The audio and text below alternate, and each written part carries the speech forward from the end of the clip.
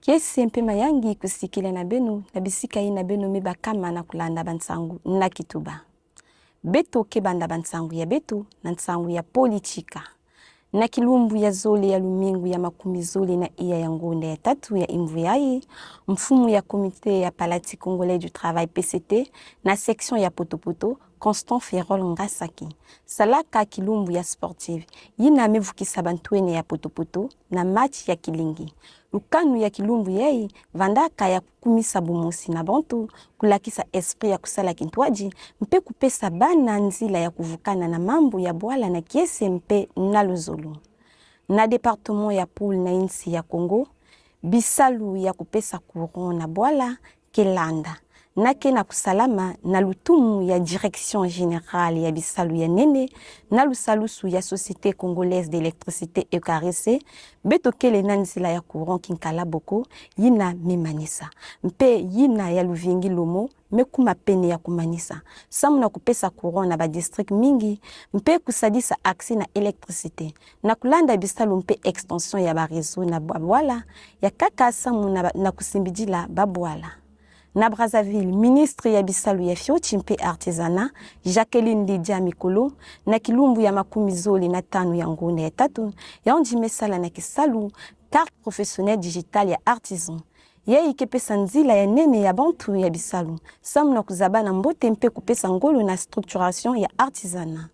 Centre international état d'enseignement supérieur en santé publique, yina kele na Brazzaville, mezabisa china imvuyai, bake banda ba formation kumina nana, samu na bantu ya mavimpi mpe milongo ya lukolo ya nene ya bainsi ya sema.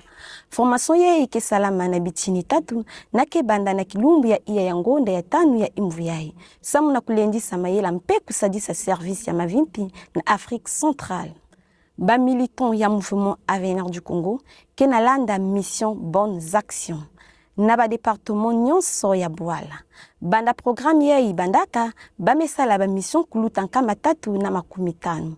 Ntangu yei konson samedi, baki na kusala bunkete na balukolo, balupitalu mpe babisika ya public. Baki na kukatula mvindu, baki na kubongisa bisika ya nsaka mpe nzile ya kukota na lukolo. Avenir ya Congo ke banda nange. Na Brazzaville, ba taxi moto mekuma incontournable na transport urbain. Na ntangu yei bake na sala opération ya contrôle na DGSP. Samu na kuvutula ordre, kupesa ngolo na sécurité mpe kuidika kisalu na kati ya expansion. Ba minati ya taxi moto mezonza samu na opération yi na bakufungulaka na ngonda ya 11 na DGSP. Benolanda mansono kono ya Grâce Genol Elunda Osema. À Brazzaville, les taxis motos devenus incontournables dans le transport urbain sont aujourd'hui au cœur d'une vaste opération de contrôle menée par la Direction générale de la sécurité présidentielle DGSP. Objectif, rétablir l'ordre, renforcer la sécurité et réglementer une activité en pleine expansion. Face à cette situation jugée préoccupante, la DGSP a lancé une série d'opérations de contrôle strict à Brazzaville. Parmi les principales mesures imposées, immatriculation obligatoire des motos, port obligatoire du casque pour conducteurs et passagers, gilet florissant numéroté, interdiction de transport plus d'un passager. Un délai de mise en conformité avait été accordé aux conducteurs avant l'application des sanctions. Les chauffeurs de taxi moto se sont exprimés face à cette opération lancée depuis le mois d'octobre par la DGSP. Concernant cette opération, depuis que je suis sorti, je ne les ai pas rencontrés. Mais j'entends seulement parler, disons, il y a d'autres qui disent qu'ils sont sur le permis, ils contrôlent le permis, il y a d'autres qui disent que c'est la carte grise. Mais d'après moi, tel que je vois, s'il s'agit de la carte grise, c'est tout à fait normal parce que tout engin ou bien tout ce que nous pouvons avoir doit y être accompagné avec son papier. Donc si c'est la carte grise, c'est tout à fait normal. Bon, opération, il y a deux aspects où ils ont banda et bandit pour la matriculation à la vélo. Où ils ont bonzakango, bazo bonzaka ba vélo kirikiriti. Bazo bonzaka ba vélo où ba papier nango où ils a yamabe, c'est pour ça bazo bonzakango.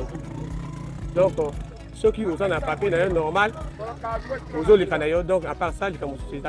Ces opérations s'inscrivent dans un dispositif plus large de sécurisation de la capitale lancé en 2025 pour lutter contre la criminalité urbaine.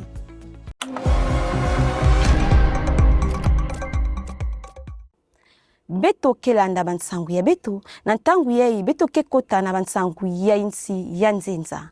Na Kenya mvula mingi inake na kubwa banda bilumbu mingi mesala chibantu kuluta 18 na mosi kufwa bana na ngonda ya 3 muchindu gouvernement metuba mvula yei mesala chibantu mingi kubasika na bainzo ya bau na bima bamfumu mesala eta ya bampasi ya ngolo mpe mezonzila kulanda ba conditions météorologiques inake na tatamana na kusala mpasi na bisika mingi ya insi. Na nzila ya pression ya ekonomi ntalu ya or noir mpe metal jaune menaka baril ya petrole mekuma pene ya nkama mosi na makumi zole ya dola baz expert kele na duti ya inflation ya nene na inza nyonso kana mpasi na Iran kelanda ekonomi ya inza lenda kota na crise ni ya nene beto ke kota na bansangu ya nsaka na ngonda ya 3 ya imvu yai Confédération africaine ya football mebanda ba éliminatoire ya CAN ya mvula ya mafunda zoli na makumi zoli na sambwaji yina ke salama na Kenya, Tanzania mpe Uganda. Ba équipe makumi tano na iya kebula na bisika makumi zoli na iya. Diable Rouge ya Congo kezola kukota na fazi ya finale. Basketball Africa League kebanda saison ya imvu yai na kilumbu ya makumi zoli na sambwaji ya ngonde ya 3 na Afrique du Sud. Compétition yai kevukisa ba club 10 na zoli ya Afrika mpe nsuka ya finali ya Rwanda na nsuka ya ngonda ya 5. Beto kekota na bansangu ya culture na kilumbu ya makumi zoli na 3 ya ngonda ya 3 baz organisateur mezabisa ti festival africain ya cinéma mpe ya audiovisuel ya basavane ke salama na bilumbu ke kwiza événement yai kele mfunu mingi samu na cinéma ya Afrika na projection masolo mpe kulakisa talent ya continent. Beto kesukisa bansangu ya beto na nsangu ya artiste ya Congo Eco Divine na Tonzi Takanga yina mezabana na nzila ya scène MNZ quel slameur poète mpe écrivain yina kezingamaka na Sénégal yondi ke slam samu na kukabula bantu mpe kuzola kulakisa njinga ya Congo na inza nyonso. Beto mekuma na ntsukunu ya bansangu ya beto. Beto lenda zima na ve kuvutula matondo na bayina mesimbidila équipe technique ya beto. Beto kele na sefas ngakana Jires Mebata mpe Gilles Mambwana. Matondo mingi na bilanji manaka ya Avenir du Congo TV na ina beno melanda bansangu ya beto. Beto ke kutana na bilumbu ya mantwala.